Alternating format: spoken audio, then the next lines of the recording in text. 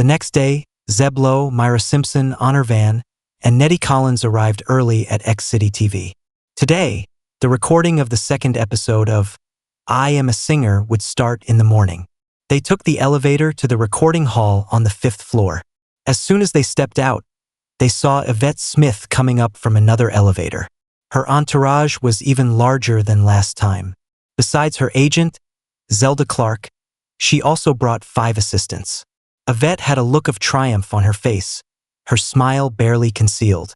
Seeing Myra, her smile widened, and she walked over to greet her proactively. "Myra, you're here so early?" Nettie's, standing behind, pouted and whispered to Zeb. She used to call her Ms. Simpson, but now it's just Myra. Such a sycophant. Zeb smiled but said nothing. To him, Yvette was now almost a stranger. He used to think she was a pure and cute woman worth taking care of for a lifetime. Now he realized Yvette had long become someone he didn't know at all. Myra merely gave Yvette a blank look and nodded. "You're early too." Then she headed to the dressing room. Zeb followed her, passing by Yvette without a glance.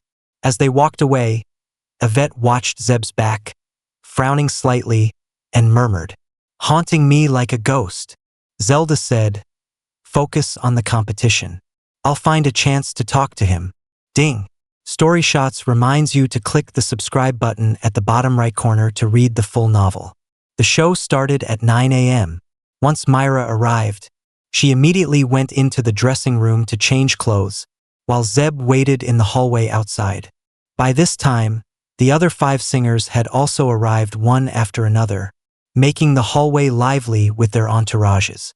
Zeb roughly observed that each young singer had at least 3 or 4 attendants, while the veteran stars, Hannibal Thompson and Ursula Andrews, each brought only 1 assistant. Old artists usually went out with just 1 person, while the young idols had 7 or 8, even a dozen. You'd think they were showcasing giant pandas. "Mr. Lowe, do you have a moment to talk?" Zelda suddenly approached, smiling at Zeb. Zeb looked at Myra's dressing room. Her performance outfit was a bit more complex today, so it would take a while. He nodded and followed Zelda to a secluded stairwell. Zelda was very cautious, looking around to ensure no one was nearby before speaking. "Mr. Lowe, you're an excellent man.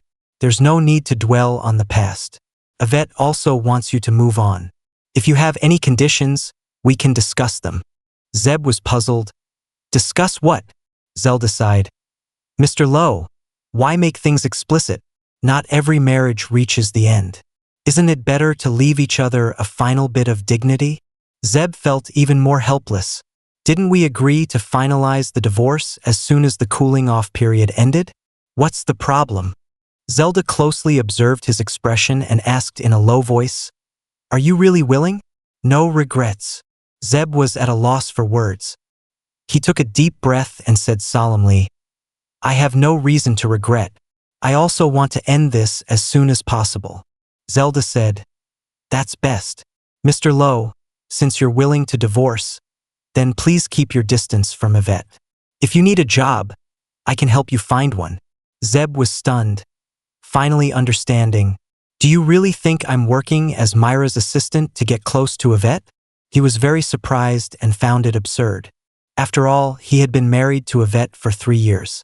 No matter what, Yvette should have a good understanding of his character. Was he the type to cling on? Had Yvette changed? Or had she never really understood him?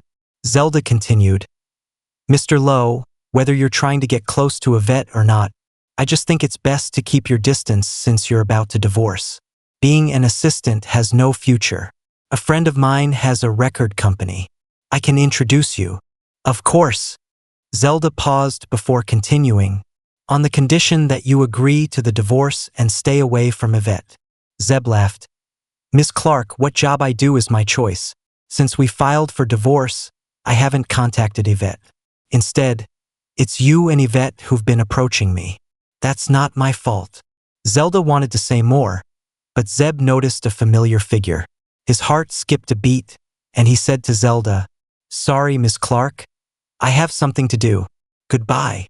Without waiting for her response, he quickly walked toward the petite figure and called out, "Assistant Lloyd."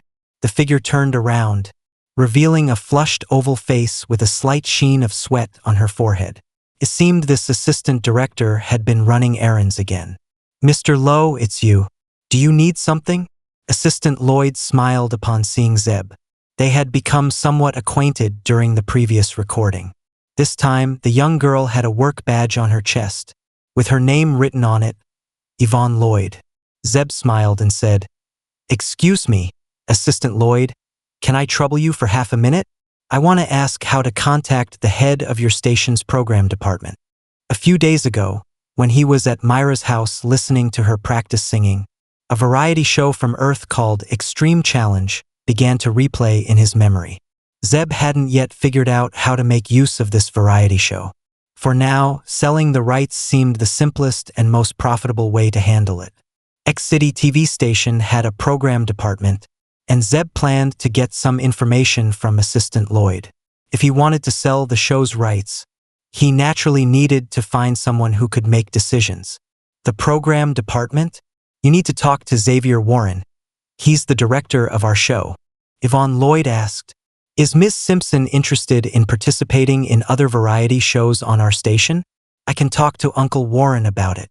The young assistant was quite enthusiastic. But seeing her running errands all day, could she really speak to the program director and call him uncle?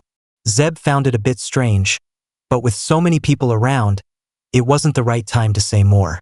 He asked again, "Do you know Director Warren's contact information?" "Of course, I'll give it to you."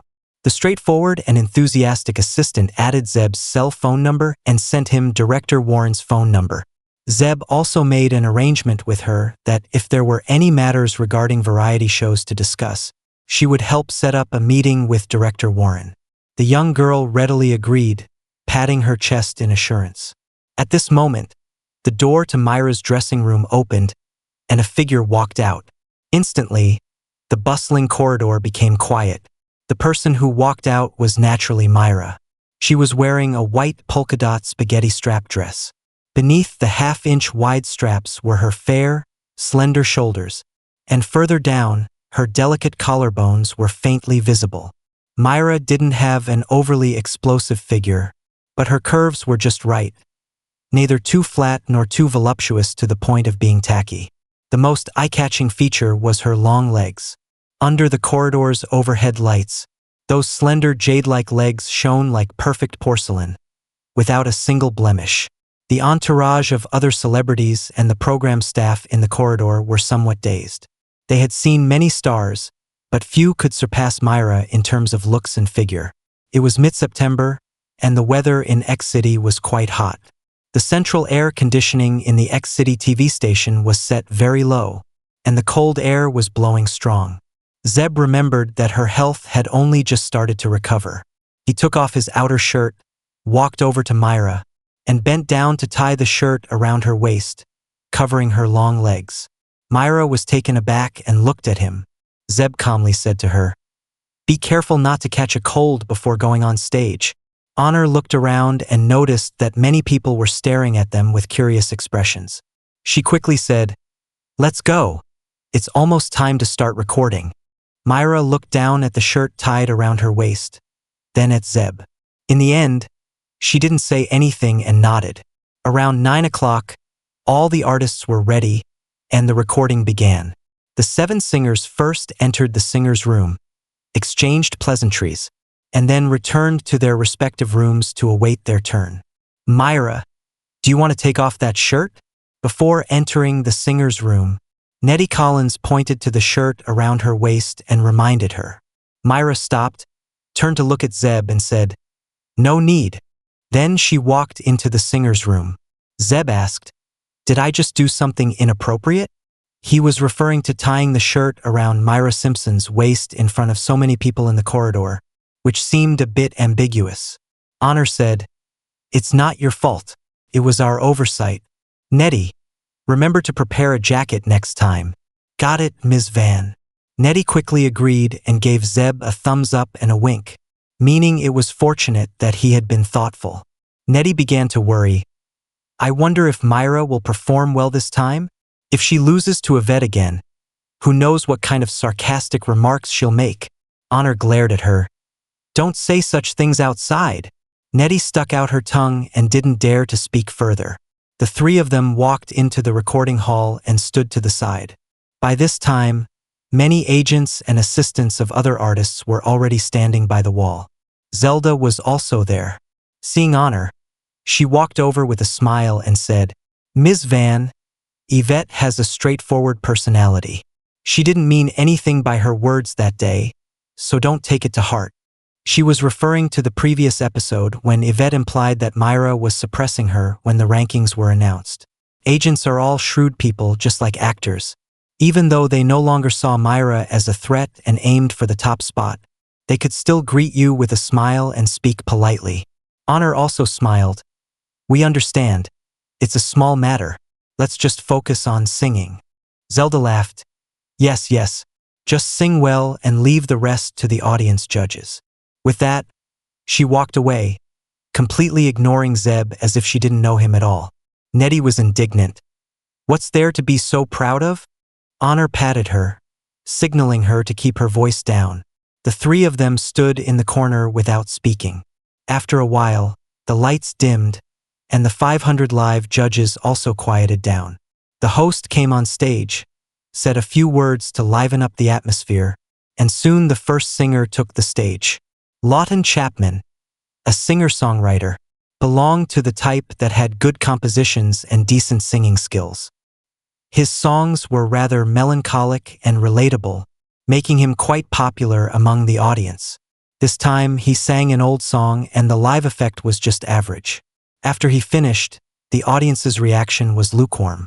Nettie breathed a slight sigh of relief and said, At least someone is at the bottom this time. Myra will be at least 6th, right? Zeb smiled and said to her, You have so little faith in Miss Simpson? Nettie replied, It's not that I don't have faith in her. I just don't have faith in that new song. Everyone else is singing classic old songs, but Myra is singing a song that no one has ever heard before. The audience won't connect with it. The following singers took the stage one after another, all performing better than Lawton Chapman. Singer-songwriters indeed had a disadvantage in this kind of competition. The fourth to take the stage was Yvette. She wore a rather sexy backless evening dress today, which immediately drew enthusiastic cheers from the audience as soon as she appeared. Young, beautiful, and daring in her attire, she indeed had a lot of buzz. Yvette sang a classic sad love song that the audience was very familiar with, and many people hummed along. However, covering such classic songs also comes with risks. It's very hard to surpass the original, and Yvette was no exception. Her performance had no flaws but was also not outstanding. Because of her bold outfit, she still received a lot of applause from the male audience as she exited the stage. At this moment, the host came back on stage, smiling and said, Next, this singer is very bold because she will bring a brand new work today. The audience was very surprised. Singing a new song on the stage of I Am a Singer was undoubtedly a risky move. Please welcome. After a brief introduction, the host walked off the stage. At this moment, the lights dimmed, and a slender and tall figure slowly appeared. That perfect curve, those long legs, even though her face wasn't clear, everyone could recognize her at a glance. Myra Simpson. Myra! Wow! Those legs, I love them. Although her performance in the last episode was not good, the little diva still had her popularity, and the audience erupted in cheers. Myra slowly walked to the center of the stage. When the lights came on, she was wearing a white strap dress like a beautiful fairy, her whole body sparkling. Her complexion was also different from the last episode, much more rosy. She looked like a dusty diamond that had finally been wiped clean, ready to shine again. So beautiful! The audience couldn't help but be mesmerized. Zelda's expression slightly darkened. For some reason, an ominous premonition surged in her heart. Soon, the music started. What song is this? In the singer's room, the 4 singers who had already finished performing sat together, watching the stage on the screen. Seeing the cold and stunning Myra standing on the stage, looking completely different from the last episode, like she had returned to her peak state, Yvette started to get a little nervous. At least in terms of appearance, temperament, and fashion, she was overshadowed by Myra today. As the prelude to the song started, Yvette slightly furrowed her brows, very puzzled. This melody was completely unfamiliar. Where did Myra find this new song? Yvette and Myra were both at SkyCloud Entertainment. If there was a new song suitable for a female singer in the company, she would definitely know about it. Lawton Chapman suddenly said, "From the melody, it also seems to be a sad love song." After saying that, he couldn't help but look at Yvette. Just from the prelude, the style of this song was somewhat similar to the classic love song Yvette had just sung. Did they choose the same type of song? Lawton Chapman, wearing glasses, looked like the kind of person who stayed at home writing songs, without much scheming, and said it directly. Yvette's expression turned a bit unnatural, but since the camera was recording, she could only laugh and say, "I guess Myra and I are really in sync.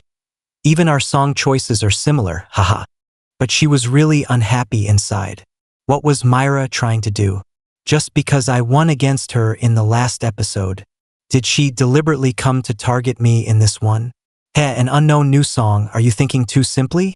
On stage, Myra's lips slightly parted, and her crisp and gentle voice came out. At this moment, it suddenly feels so familiar, like yesterday and today are playing simultaneously. My tone of voice is surprisingly like yours. Sometimes a song or a performance you can tell right away if it's good or not. Just like now, with Myra's first line, she immediately captured the audience's ears. That clear and ethereal voice carried a hint of melancholy, deeply emotional and beautifully sad. This is what they call a one-note wonder. Wow! Lawton stood with his mouth open, obviously stunned. As a songwriter, he was especially sensitive to the quality of a song. This new song seemed really good. Standing by the wall of the recording hall, Zeb also nodded at this moment. Myra's first line couldn't be said to be exactly the same as that of the love song Diva on Earth, but it was very close in both form and spirit. For just this first line, Myra had no idea how many times she practiced at home, nor how many times she sought advice from Teacher Snowboat to achieve the effect she had at this moment. On stage, Myra quickly finished the main verse and moved to the chorus part she had painstakingly practiced at home. "Unfortunately, it's not you. Accompanying me till the end. Once walked together but lost at the intersection. Thank you for being you. Holding my hand. Still feeling that tenderness." Myra's heartfelt performance on stage gradually reached its peak, with her poignant voice lingering in the entire recording hall, drifting and not dissipating for a long time.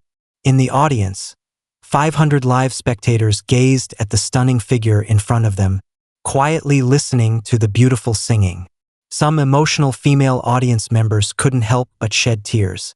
Sometimes, listening to a song live and through headphones are entirely different experiences, especially when the singer's vocal skills and emotions are perfect, touching your heart, making you recall those sad memories, and naturally, tears will flow.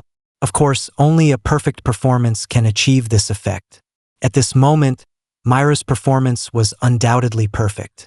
Not just the audience, even the other singers in the singer's lounge were amazed. This song is really good. The singing is also great. There wasn't excessive praise, but it was already a very high evaluation. Lawton couldn't help but start tapping to the beat. When Myra sang the second verse, he couldn't help but sing along, and as he sang, tears also came out. The emotions of a creative talent were quite rich. As for Yvette, her expression had changed from the warmth of early spring to the chill of an impending winter. But she still had to maintain a smile, which was quite exhausting. Finally, amidst the audience's intoxicated listening and emotion, Myra's performance ended. As the song ended, the entire audience stood up, and applause and cheers roared like a tidal wave. Myra Simpson! Myra Simpson! A good song and great performance can resonate with people. At this moment, the audience couldn't help but shout Myra's name, expressing their surprise and admiration for this song and its performer. Wow! Myra's singing is amazing! Nettie jumped up, screaming and cheering. Zelda was much calmer. For now, the live effect was indeed good, but how the final ranking would turn out still had to wait until the end. Zeb watched Myra, who was bowing to the audience on stage, with a gratified smile on his face. It felt like the pride of a teacher whose student had scored well. Haha, why do I have such an emotion? Is it because I was flattered by Myra's repeated teacher snowboat? Amidst the audience's loud chants of Myra Simpson, the host walked onto the stage and stopped Myra, who was about to leave the stage. Myra, I'm very curious. This song is so good. Who exactly created it? Myra paused, seemingly thinking of something amusing, and a rare, gentle smile appeared on her lips. The composer is Snowboat, the lyricist is Snowboat, the arranger is Snowboat, and the original singer is also Snowboat. He is from Amateur Station. After speaking, she nodded to the host, bowed to the audience again, and walked off the stage. Wow! A 4-in-1 composer, lyricist, arranger, and original singer? And from Amateur Station? No way. When did Amateur Station have such a master? I often browse Amateur Station. Never heard of him? The audience was very curious. The name Snowboat sounded too unfamiliar. They had no idea who he was. Is it the pseudonym of some lyricist or composer? The few people in the singer's lounge were also a bit puzzled. Not to mention the audience. Even they hadn't heard the name Snowboat. Soon, Myra returned to the singer's lounge. The 4 people stood up to shake hands or hug her. Lawton gave a thumbs up and sincerely said, Myra sang so well. Who is Snowboat? Can I talk to him? This was a creative talent meeting a kindred spirit. Other singers also praised Myra's performance. When it was Yvette's turn, she forced a smile. Ms. Simpson, you sang really well. Myra said, thank you, and sat down. Yvette sat next to her, wearing a fake smile, but thinking in her heart. You sang well today, but your votes were too low in the last episode. Unless you make it to the top 3, you will still be eliminated. Let's wait and see till the end. Soon, the remaining 2 singers also finished their performances, and finally it was the most nerve-wracking moment. Leroy Higgins, the chief director, came to the singers' lounge and said to the 7 singers, thank you all for waiting. We will now announce the rankings for this episode. Outside the corridor of the singers' lounge, the atmosphere was slightly tense. Everyone was anxiously waiting for their artists' results. Finally, after about half an hour, the door of the singers' lounge opened. Chief Director Leroy Higgins walked out with a smile, greeted a few familiar singers' agents, and then left directly. Next, other singers came out one after another.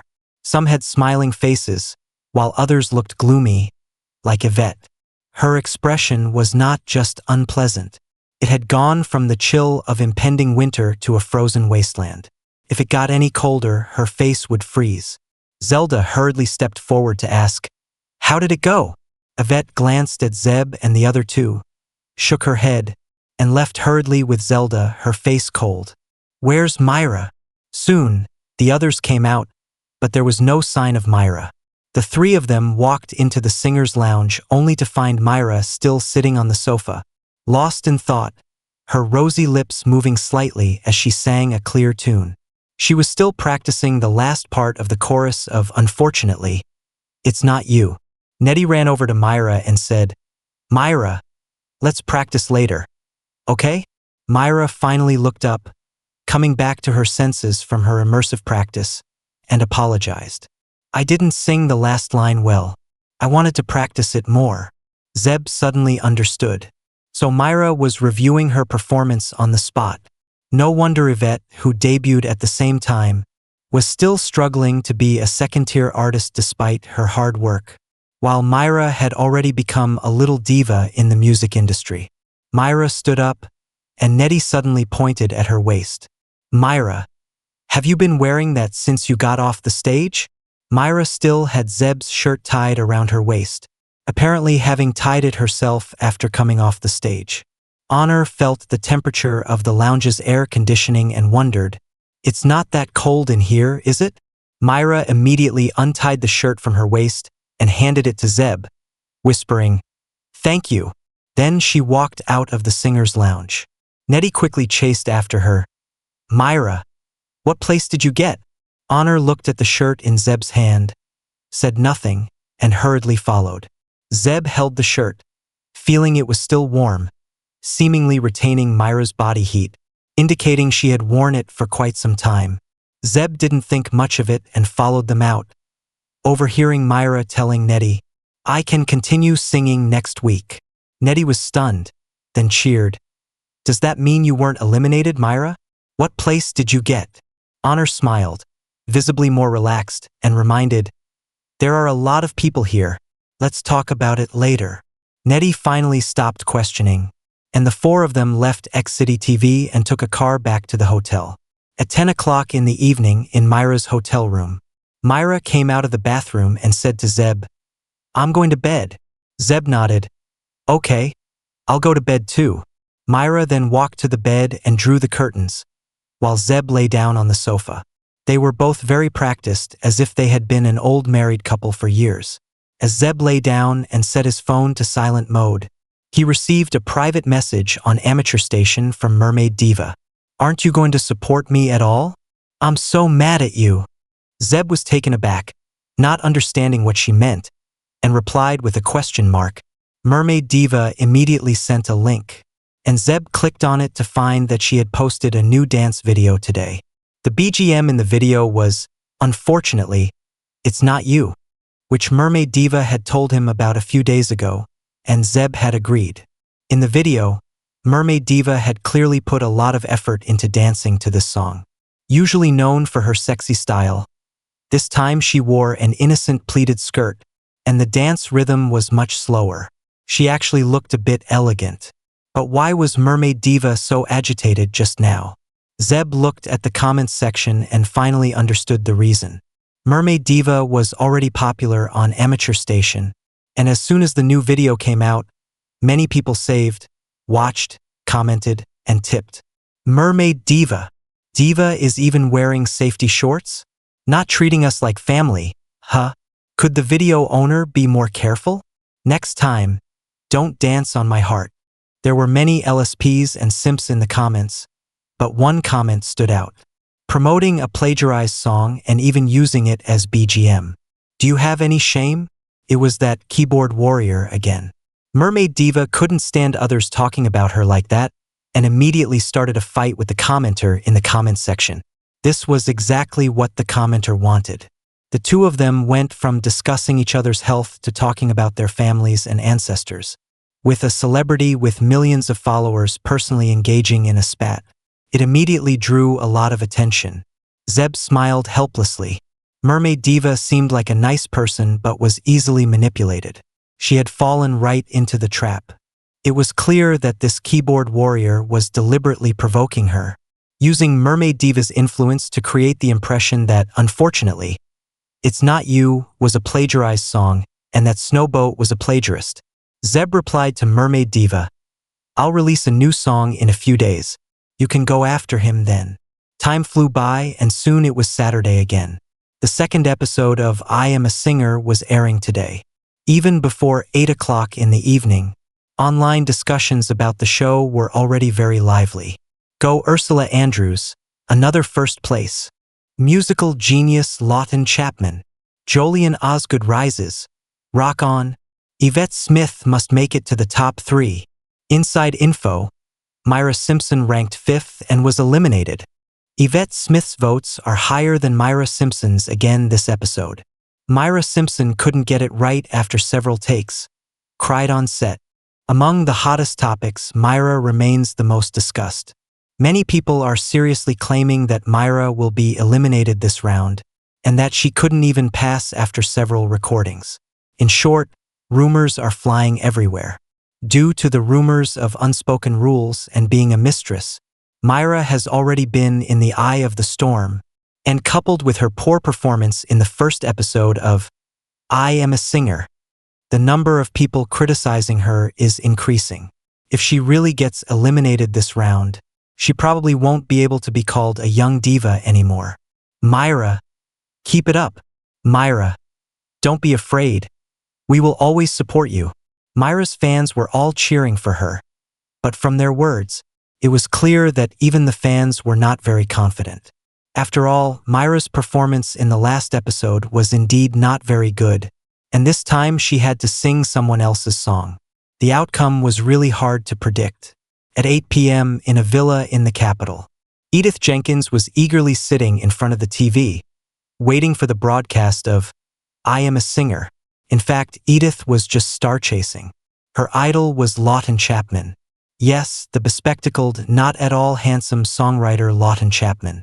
Since childhood, Edith had always admired men who could write songs, which is also why she supported Snowboat so much. A man who could write such good songs, even if not handsome, she would still like him. However, today's program somewhat disappointed Edith. Her favorite, Lawton Chapman, was the first to perform and sang an old song. Could be said that his entire performance was mediocre, with basically no highlights. "This guy seems a bit nervous?" her father, who was sitting beside her reading a book, suddenly said. Edith's father was the vice president of the Capital Writers Association, and normally at this time he would be reading. Today, however, he was forcibly dragged to the TV by his precious daughter to cheer for her idol. As a result, after watching, it seemed to be just SOSO. Edith was a bit depressed and pulled her father, Tommy Jenkins, who was about to get up and go back to the study. "Dad, the competition isn't over yet. Maybe the later performances won't be as good as Lawton's." Tommy had no choice but to sit down, adjusted his glasses, and said, "Is your program comparing who is better or who is worse?" "Dad!" Edith stomped her foot, and Tommy had no choice but to shut up and continue watching with his daughter. Next up were Ursula Andrews and Hannibal Thompson. These two were older generation singers, and Tommy recognized them. He listened with great interest and sighed. "The singers from our time still sing better. Look at the ones you young people like now, sigh." Edith was depressed and retorted, "There's a young singer on amateur station who sings very well, and he also writes songs." Tommy didn't understand what amateur station was, thinking his daughter was just being stubborn, so he smiled and said nothing more. The fourth to perform was Yvette. Her backless evening dress drew cheers from the male audience on site. Tommy shook his head, and Edith was a bit surprised. She was a gossip girl and knew all about the entertainment circle. Stroking her chin, she said, "Yvette Smith is really going all out, trying to win over Myra Simpson again?" After all, when the rankings were announced last time, Yvette's remark, "From today on, I no longer have to be suppressed by anyone," caused a lot of buzz. It was clear to everyone that she was referring to Myra Simpson, but no one expected Yvette to fight so hard this round, completely changing her usual pure and innocent image by wearing such a sexy dress. Degeneration of morals. Degeneration of morals. Tommy shook his head repeatedly, still holding on to his conservative views. Edith, on the other hand, was listening to Yvette's performance with great interest. It was a classic sentimental love song that Yvette sang with great effort, trying to convey a sense of sorrow and lamentation, but it always seemed to lack a bit of charm. After the song, Edith pouted. This episode didn't have any surprises. Tommy stood up with his book, really not interested in watching anymore. However, the next moment, Tommy stopped in his tracks. On the stage where the lights had gone out, a graceful figure appeared faintly. This figure had beautiful curves and long legs. Most importantly, she had a cold and gentle aura. Even without seeing her face, one would be attracted by her aura. Then the lights came on and the music started. Wearing a white spaghetti strap dress, Myra gracefully walked to the center of the stage. Wow! Edith's mouth dropped open. She certainly recognized Myra, but she didn't usually like girls with a cold demeanor and didn't pay much attention to her. But at this moment, she was attracted to Myra. This woman was really too beautiful, the kind that could charm both men and women. However, what attracted Edith even more was the prelude that started playing. She was very familiar with this song. Unfortunately, It's Not You? On the TV, Myra on the stage picked up the microphone and gently opened her mouth.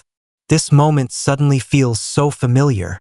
Like yesterday and today are playing simultaneously. Edith's mouth dropped open. Is it really this song? How could it be? Why is Myra singing Snowboat Song? This was the young diva of the music world, so popular. Why would she sing a song by a newcomer on amateur station? This was too incredible. Moreover, the most incredible thing was, Myra sang it so beautifully, although she didn't want to admit it. Edith thought Myra's singing was even better than Snowboats, as if this song was meant to be sung by a woman. Edith picked up her phone and logged into a streaming platform that was broadcasting the show live, opening the comments section. Oh my God! It's so beautiful! Myra Simpson saved me from dozing off. Why haven't I heard this song before? Is it really new? I'm reminded of my ex-boyfriend. Boo-hoo! Who said Myra isn't good? This is a god-tier performance. Soon, Myron's performance reached its climax. Thank you for being the one, for holding my hand, and still warming my heart. Myra closed her eyes, her red lips parting slightly, singing the last line with such emotion and melancholy that it seemed to touch every listener's heart. As the song ended, the entire audience stood up, erupting into fervent cheers. Myra Simpson! Myra Simpson! Some people were even shouting and crying at the same time, turning the recording hall into what felt like Myra's personal concert, with the 500 live audience members becoming her fans. Edith clapped vigorously in front of her TV. Oh my God! I never realized Myra could sing so well. Was I deaf before? She couldn't deny that today's performance by Myra had completely won her over. Previously, she had thought Myra was just a pretty face, and her singing was just okay, not really her cup of tea. But today, the song, unfortunately, It's Not You, had completely overturned her perception of Myra. This woman could really sing. At that moment, the comments on the streaming platform were exploding. Turned into a fan. I cried. Myra sang so well. Who wrote this song, anyway? On TV, the host walked onto the stage, stopping Myra to ask, Myra, who wrote this song? Can you tell us? Myra calmly replied, the composer, lyricist, arranger, and original singer of this song are all the same person. He is from amateur station, and his name is Snowboat. The composer, lyricist, arranger, and original singer are all the same person? Amateur station? Who exactly is Snowboat? Countless fans of the song had the same question, and some were incredulous. Myra actually sang a song from amateur station? Isn't amateur station supposed to be full of hobbyists doing it for love? How can they write a song of this caliber? Seeing the comments all wondering, who is Snowboat? Edith felt a surge of pride, wanting to tell everyone, I discovered Snowboat first. Haha, aren't I amazing? She picked up her phone and sent a private message to Snowboat on amateur station. Hey, are you watching TV? You're gonna be famous. But the guy didn't reply for a long time, and Edith suddenly noticed her father wiping away tears nearby. She asked in confusion, Dad, what's wrong? Nothing. Just got some dust in my eyes. Tommy quickly wiped his eyes and stood up, walking briskly into his study. Listening to Myra's performance had suddenly reminded him of his first love back in the southern waterways, recalling those youthful days running under the sunset, such beautiful and tender memories. He couldn't help but shed tears and wanted to seize the moment to write a poem commemorating his youth and love. So, it's true what they say about literary types. Not only can they be moved to tears by a song, but they can also write poetry while crying. Edith was stunned for a moment, murmuring, Wow, Myra actually made my dad cry? Then she looked down at her phone again, frustratedly muttering, Why isn't that jerk Snowboat replying to my message? L City at Snow Plum Garden. At Myra's home. It's coming. It's coming. They're about to announce the rankings. Haha. So exciting. Nettie was sitting on the sofa, her face full of excitement as she stared at the TV. Tonight, Honor and Nettie had specifically come to Myra's home to watch the second episode of I Am a Singer with her. But actually, Myra had planned to practice singing and Zeb was ready to record Ordinary Road, to edit and upload to Amateur Station tomorrow. However, since Honor and Nettie showed up, they had no choice but to watch TV together. At this moment, all 7 singers had finished their performances, and the votes were tallied. The chief director, Leroy Higgins, walked into the singers' room with the results. For the audience, the most nerve-wracking and exciting moment had arrived. Announcing the rankings each episode was actually when the show's viewership peaked. Leroy smiled at the 7 singers. "You all did great today, but unfortunately," Leroy chugged his tone, "someone has to leave today." With these words, the audience also became tense. Why do I feel like he's giving us a warning? If Myra doesn't make the top 3, she'll be eliminated, right? Last episode's votes were too low, sigh. Myra's fans were worried, while her haters became active again. A singer needs to be consistent. Just one good performance doesn't mean you deserve to be on the top stage. Even if she isn't eliminated, her total score over 2 episodes would only be enough for 6th place, still at the bottom. I bet on Hannibal Thompson to take 1st place. Director Leroy, well-versed in audience psychology, deliberately said, "Last episode, Jolien Osgood and Myra Simpson were ranked 6th and 7th. If they can't make it into the top 3 this time, they are very likely to be eliminated. So, let's announce the 4th place first." The 7 singers on site all shook their heads helplessly. This was a common trick of the director, keeping everyone on edge. Just when you think he's going to announce the top 3, he reveals the 4th place instead. 4th place, Lawton Chapman. The singers applauded. Lawton adjusted his glasses and stood up shyly to bow and express his gratitude. This ranking wasn't great, but not terrible either. Seeing this, Leroy immediately added more drama. "Next, we will announce the top 3, starting with the 3rd place." The singers immediately tensed up, and the netizens watching the show were also nervous. Is this going to decide Myra's fate? If Myra isn't in the top 3, she'll definitely be eliminated.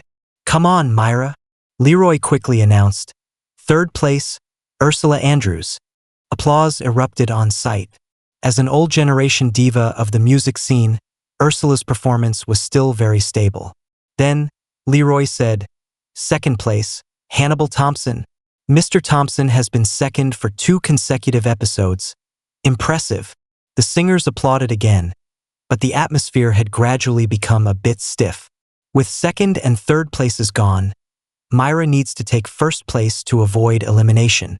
From 7th to 1st? Is such a comeback even possible? 5th place is also possible. Oh my palms are sweating. All of Myra's fans held their breath, staring intently at the TV screen. Yvette's smile was also a bit stiff. She glanced at Myra beside her and then at Leroy holding the paper.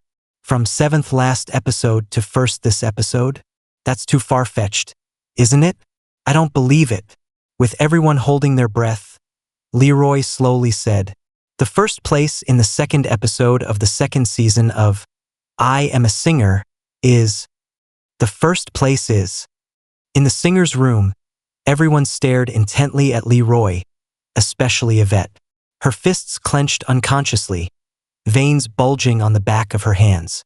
She just couldn't accept that Myra could make such a miraculous comeback and take 1st place. The gap was too big.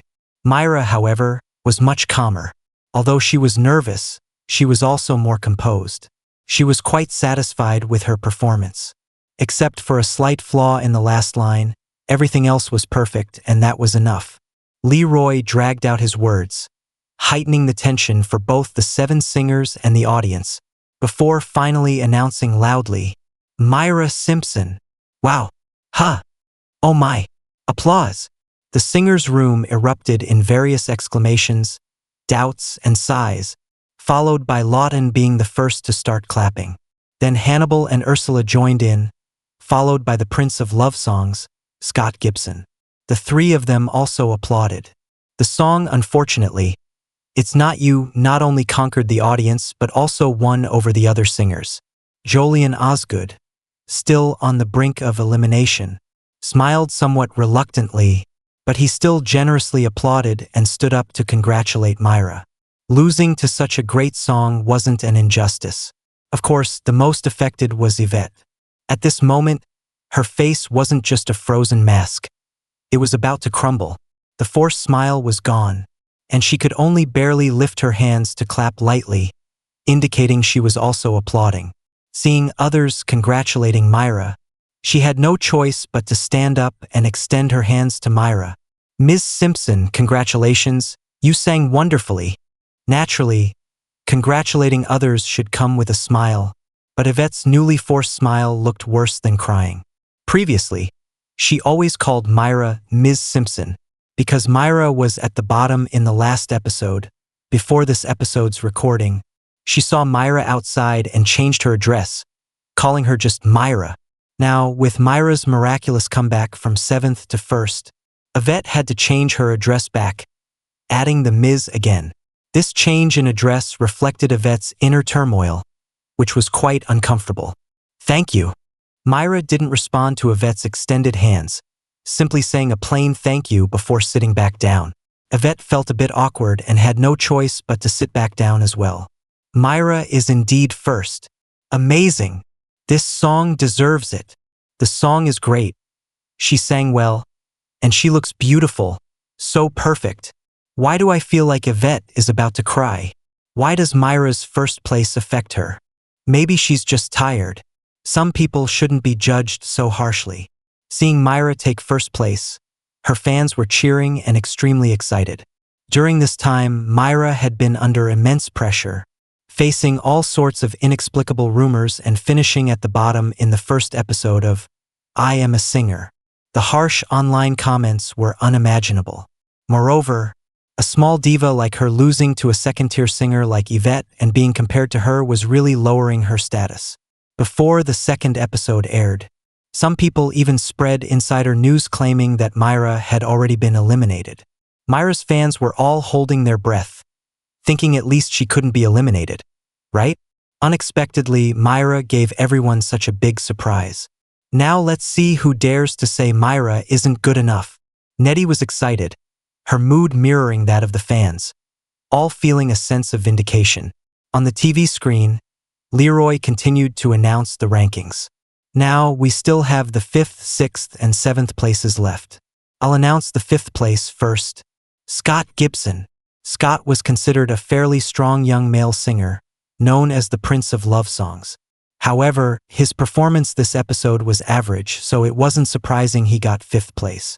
Soon, the camera focused on Jolien Osgood and Yvette Smith. Only the two of them had not had their rankings announced yet.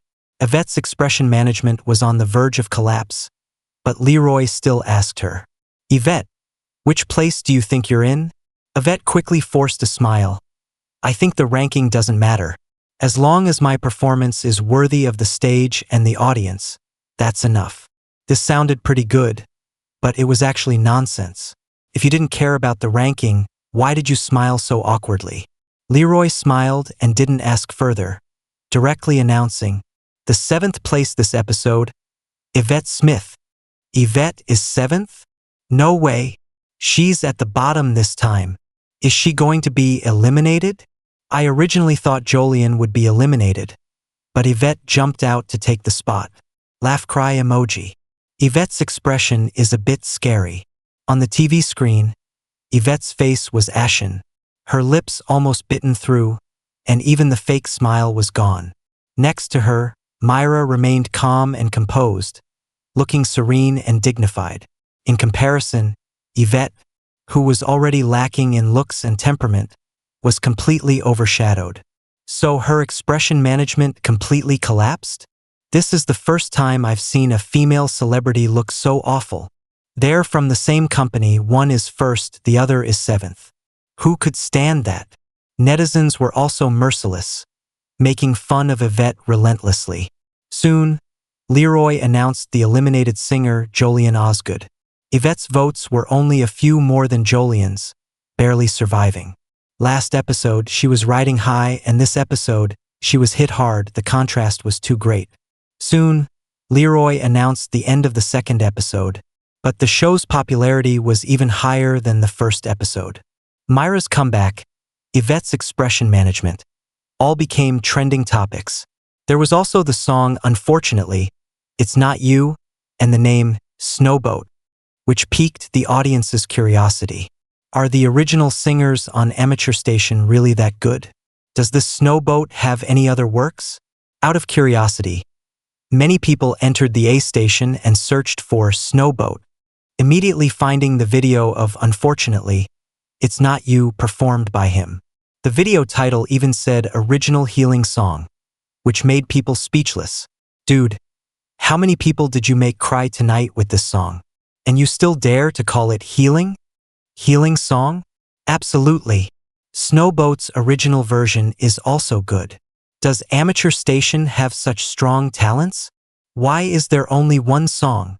The view count and comments on the Unfortunately, It's Not You video surged, and Snowboat's fan count quickly reached 300,000. However, some noticed another related video, which was the mermaid diva dancing to Unfortunately, It's Not You as the background music. The dance video itself wasn't much, but the comment section's hundreds of floors of flame wars were quite eye-catching. The core of the flame war was surprisingly. Unfortunately, It's Not You is not Snowboat's original, at this moment in the house that Zeb and Yvette once shared in L City. Yvette was also looking at the comment section of this video, her previously gloomy face suddenly showing a hint of surprise and excitement. Myra's song is plagiarized? At 11 o'clock in the evening, an hour after the second episode of I Am a Singer had ended. However, the hype was still increasing. The video clip of Myra singing, Unfortunately, It's Not You was trending, with a flood of praise and adoration below. All kinds of flattering comments like, beautiful and talented, divine diva, god-tier live performance were coming out from countless netizens' keyboards as if they were free. Myra's popularity was soaring again, and the song she performed also became a hit. Her answer to the host's question on stage, saying lyrics, music, arrangement, and original singer are all Snowboat from Amateur Station was widely spread. Many people were curious and searched for this Snowboat on Amateur Station, and indeed found his original video of Unfortunately, It's Not You. Unfortunately, Snowboat did not show his face in the video, only showing him holding a guitar. Some women started to swoon. You can tell by the voice it's a handsome guy. Show your face. The view count of Unfortunately, It's Not You surpassed 2 million within an hour, tripling in number. Snowboat's fan count also multiplied, initially just crossing 100,000, but reaching 300,000 in less than an hour. In the middle of the night, the number of Snowboat's fans was still growing at an astounding rate. As a newcomer video creator, his fan growth was unprecedented. This was a breakthrough in attracting followers, directly drawing traffic from the entertainment industry to Amateur Station, with the added boost of a young diva's endorsement. Many people believed that at this rate, barring any unexpected events, Snowboat would be the fastest video creator to reach the milestone of 1 million fans. At this moment, Zeb was still unaware of his sudden fame on a station. He had no time to check his phone because he was busy supervising a certain disobedient person. Ms. Simpson, it's time to go to bed. Zeb stood on the first floor, shouting towards the singing room on the second floor. After watching the show, Honor and Nettie had left, while Myra couldn't wait to return to the second floor to continue practicing her singing. The third episode of I Am a Singer was set to start recording next week. She had chosen an upbeat song to challenge herself, but since Myra rarely sang fast songs, her practice was not going smoothly. Her mind was now entirely occupied with practicing singing, and more singing.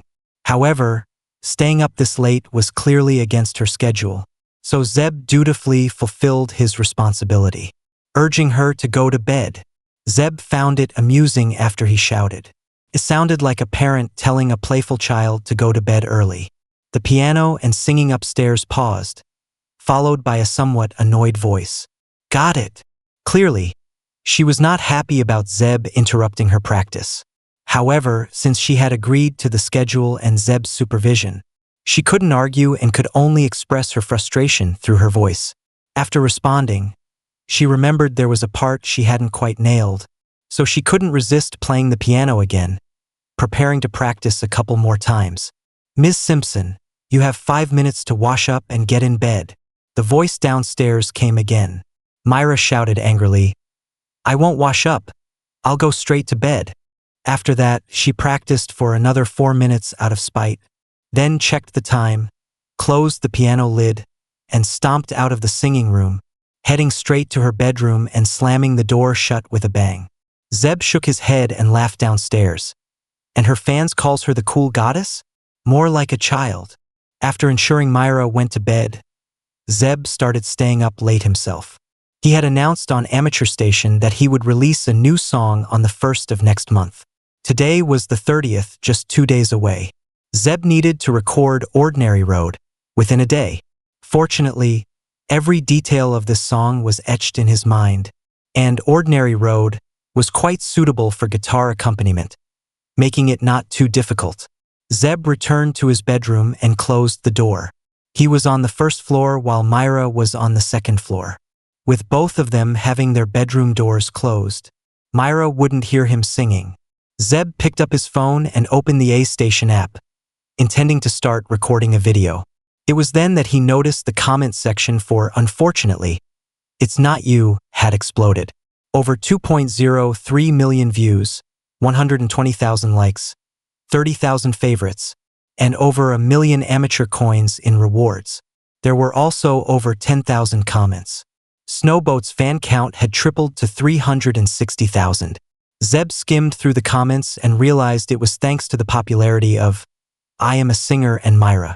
Otherwise, the numbers wouldn't have surged this fast. He checked his private messages, which were at 999 plus, all filled with various compliments, amazement, love confessions, marriage proposals, and requests for more songs. Zeb's eyes were getting tired from reading, so he decided to ignore them. He exited the private messages and set up his phone on a stand, adjusting the shooting angle. Then he sat down, held his guitar, and began to sing Ordinary Road. He still didn't show his face and even changed his clothes to avoid being recognized by Myra. He hadn't figured out how to tell Myra that he was Snowboat. Given Myra's personality, she might just fire him on the spot. He decided to wait until his 3-month employment contract expired and then leave gracefully. After singing a few takes, Zeb reviewed the videos and chose the best one to save on his phone, planning to upload it the day after tomorrow. At this moment, he received a message from Lonely Plum in his private messages. "Teacher Snowboat, thank you for your guidance during this time. I'm sorry, I didn't mean to hide my identity." She meant that she had been hiding the fact that she was Myra from Snowboat, but now Snowboat must know her identity, so she specially sent a message to apologize. Zeb was indeed very angry, but not because of this. It was for another reason. "Didn't we agree that you'd go to bed? And now you're playing with your phone in bed." Zeb walked out of his bedroom and looked up at the second floor, intending to catch her red-handed, but then remembered he had promised Myra not to go upstairs. Besides, if he went up, wouldn't it reveal that he was Snowboat? After some thought, Zeb replied to Lonely Plum in a private message on a station. "So, you're Myra Simpson. I'm honored. You sing beautifully. Thumbs up.jpg. I'm gonna rest now. Let's chat another day. Good night." In the bedroom on the second floor, Myra was holding her phone under the covers. Seeing Snowboat's reply, she blinked in confusion. She couldn't quite tell if Snowboat was angry or not, and she wanted to ask if he had any more songs. Myra felt that her style matched well with Snowboat's. Unfortunately, "It's Not You" was clearly written for a female singer. Maybe Snowboat had other songs suitable for her. In the end, the other party simply said good night. Myra felt a bit unsatisfied but couldn't ask any more, so she put down her phone. This time, she was really ready to sleep. Then she heard some noise coming from the first floor. Was it Zeb? Myra wasn't particularly alarmed. Unknowingly, she had already gotten used to having a man in the house. Moreover, this man was very dedicated, gentlemanly, and performed his job meticulously without ever crossing any boundaries. except for the first night when he saw her completely and then pinned her down, and that time on X City TV when he touched her lower abdomen. But those seemed to be for her benefit, so there was really nothing to say about it. It was just a bit frustrating to feel taken advantage of without being able to get angry. What was this guy doing so late? Myra curiously listened to the sounds outside. On the first floor, Zeb was also listening carefully to the second floor. After confirming that Myra's bedroom was quiet and the lights were off, he finally returned to his own bedroom. He's back in his bedroom. Meanwhile, in her bedroom on the second floor, Myra pulled the thin blanket around herself. Her cold eyes gradually became drowsy, and she slowly closed them. But Zeb was still staying up late because he had received an unexpected private message on amateur station. "Mr. Snowboat, hello? I am Yvette Smith's agent. Yvette really likes your work. Do you have any new songs?" As if afraid he wouldn't believe it, Zelda even sent her phone number, indicating that if he was interested, he could call to discuss it in detail. Zeb recognized Zelda's phone number immediately and confirmed it was really her. He couldn't help but shake his head and laugh. "My ex-wife's agent coming to ask me for a song? That's too ridiculous." He replied directly, "Sorry, I don't have a song suitable for Ms. Smith, in L City at the former home of Zeb and Yvette." He refused. Zelda told Yvette. Yvette's face turned a bit gloomy. She asked Zelda, "Does this snowboat really have something to do with Myra?" Zelda shook her head, a bit puzzled. Given the level of "unfortunately," it's not you. Snowboat shouldn't just be hanging around on amateur station. Besides, he only posted one work on amateur station and wasn't that famous before. Myra couldn't have found him so quickly. Yvette said in a low voice, "He directly refused my request for a song. Does that mean he's siding with Myra?" Zelda replied, "We don't need to overthink it. Since we can't collaborate, let's use your method."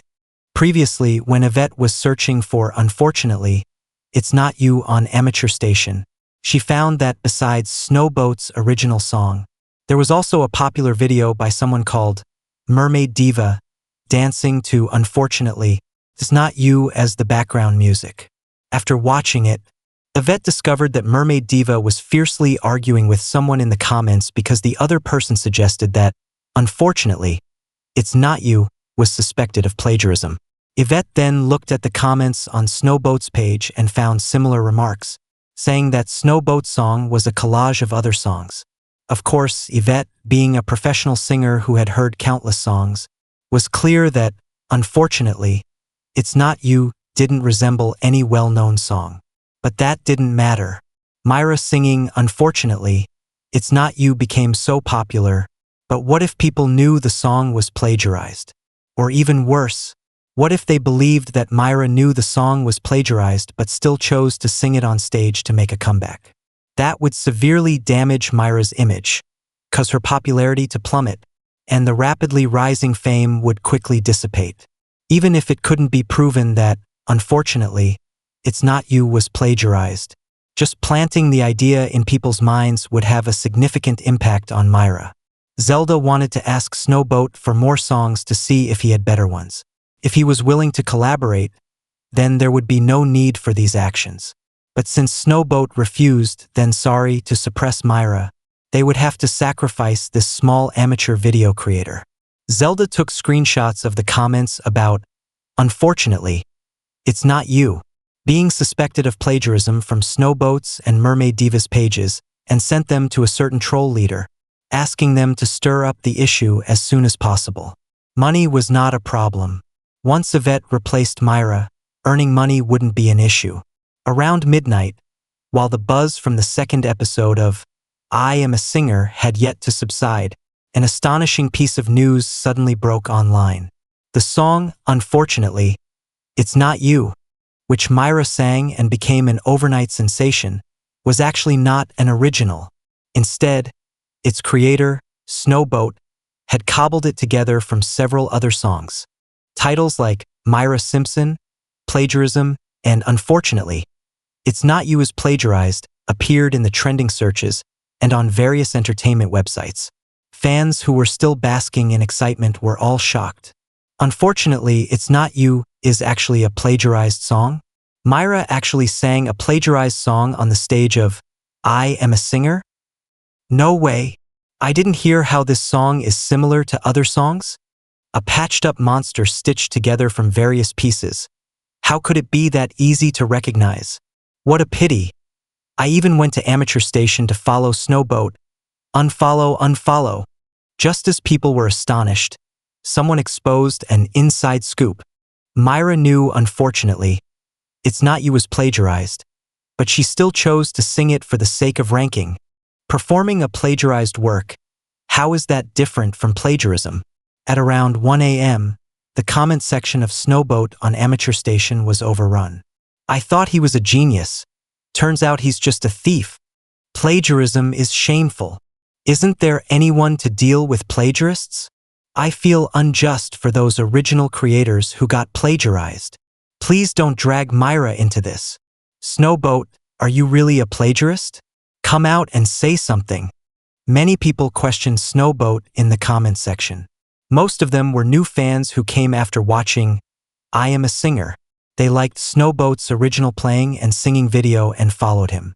Little did they know that within a few hours, Snowboat would be exposed for plagiarism.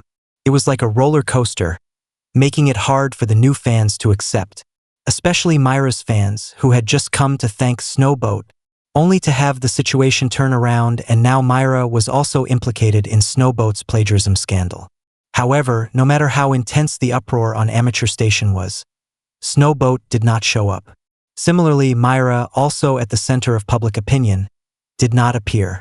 It was as if the two had fallen asleep. No way. How can they still be in the mood to sleep at a time like this? In a rental room in J-City, a man with glasses and a face full of acne scars was excitedly staring at the computer screen, looking at all the comments, questioning and even insulting Snowboat. A smile of delight spread across his face. His name was Wesley Chambers. He had 2 IDs on Amateur Station, one of which was called Lonely God, a well-known original creator in the music section of Amateur Station. Several of his works had over 1 million plays, and he had more than 600,000 fans. With a bit more effort and a couple more original pieces, he could soon achieve the milestone of 1 million fans. By then, the money he earned should be enough to buy a house in the new district of J-City, ending his days of renting. Then he could buy a car, and with a house and a car, he could show off to his friends, find a girlfriend, get married, have kids, and live a happy life. Of course, the premise was that his career on Amateur Station continued smoothly without too many competitors. Nowadays, every industry is highly competitive. Even the high-difficulty original music section of Amateur Station had many people flooding in. Wesley Chambers, with his professional knowledge from college and years of experience singing in bars, had finally written a few original pieces. Although they were rejected by entertainment companies, they surprisingly did well on Amateur Station. He thus became a full-time video creator on Amateur Station and quickly gained some fame, starting to make money.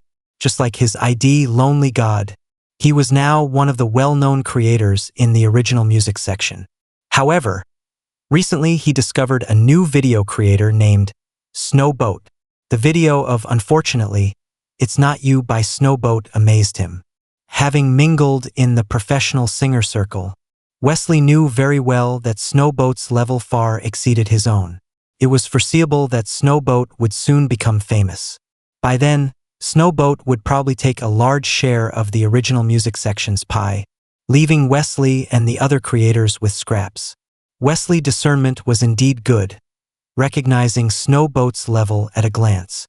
But he was too narrow-minded to tolerate someone better than him. So, Wesley registered a small account named Keyboard Warrior.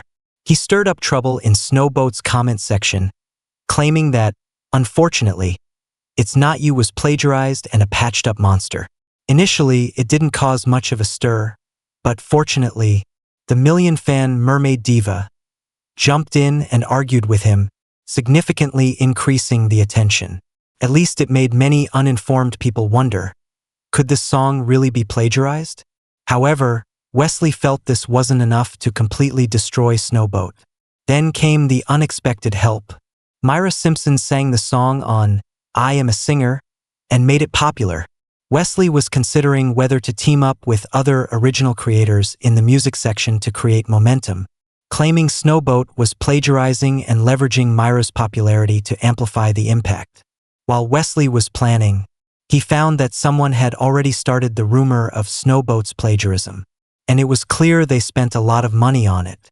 Within just an hour or two, it spread across the internet, hitting the trending searches directly. Even Myra was implicated, getting scolded along with Snowboat. This was perfect. Wesley looked at the comments on the computer screen calling Snowboat a plagiarist dog and couldn't stop laughing. These idiots, they believe whatever they're told, ha ha ha, so dumb. I love it. He knew very well that, unfortunately, It's Not You was definitely an original, but so what? As long as someone ignited the spark, those mindless followers online would swarm in to curse first and ask questions later. Unless Snowboat immediately produced evidence to prove his innocence and shut everyone up, this storm would continue until he quit amateur station. As for Myra, she was purely collateral damage. There was nothing that could be done about it. Who told her to sing Snowboat's song anyway? Wait, evidence to prove innocence? Wesley suddenly remembered something, entered Snowboat's comment section, and found an author's message buried under many new comments. On the 1st of next month, a new original work will be released. Stay tuned. This was posted when Snowboat transformed into keyboard warrior and battled the mermaid diva. The 1st of next month. Isn't that the day after tomorrow? Wesley was frowning in thought when he saw a new video notification. He followed the mermaid diva, and she had just released a new video. Curious, Wesley clicked to watch. In the video, the mermaid diva was wearing pajamas, sitting in a chair, her face full of anger. Some people are just too shameless. You accuse others of plagiarism, so where's your evidence? You call others patchwork monsters, then tell us which songs they copied. Spouting nonsense without any evidence. Is it really that cheap to spread rumors nowadays? See for yourselves. The voluptuous mermaid diva waved her hand, and below appeared the new song preview Snowboat had posted 2 weeks ago. He already said he would release a new song the day after tomorrow. Whether he plagiarized or not, we'll know by the quality of his new song then. If it really was plagiarism, it would be impossible to write a high-quality song in such a short time. But if his new song's quality is on par with, unfortunately, It's Not You, then I want to ask some people, can you write a high-quality song within 2 weeks? If you can't, then come out and apologize.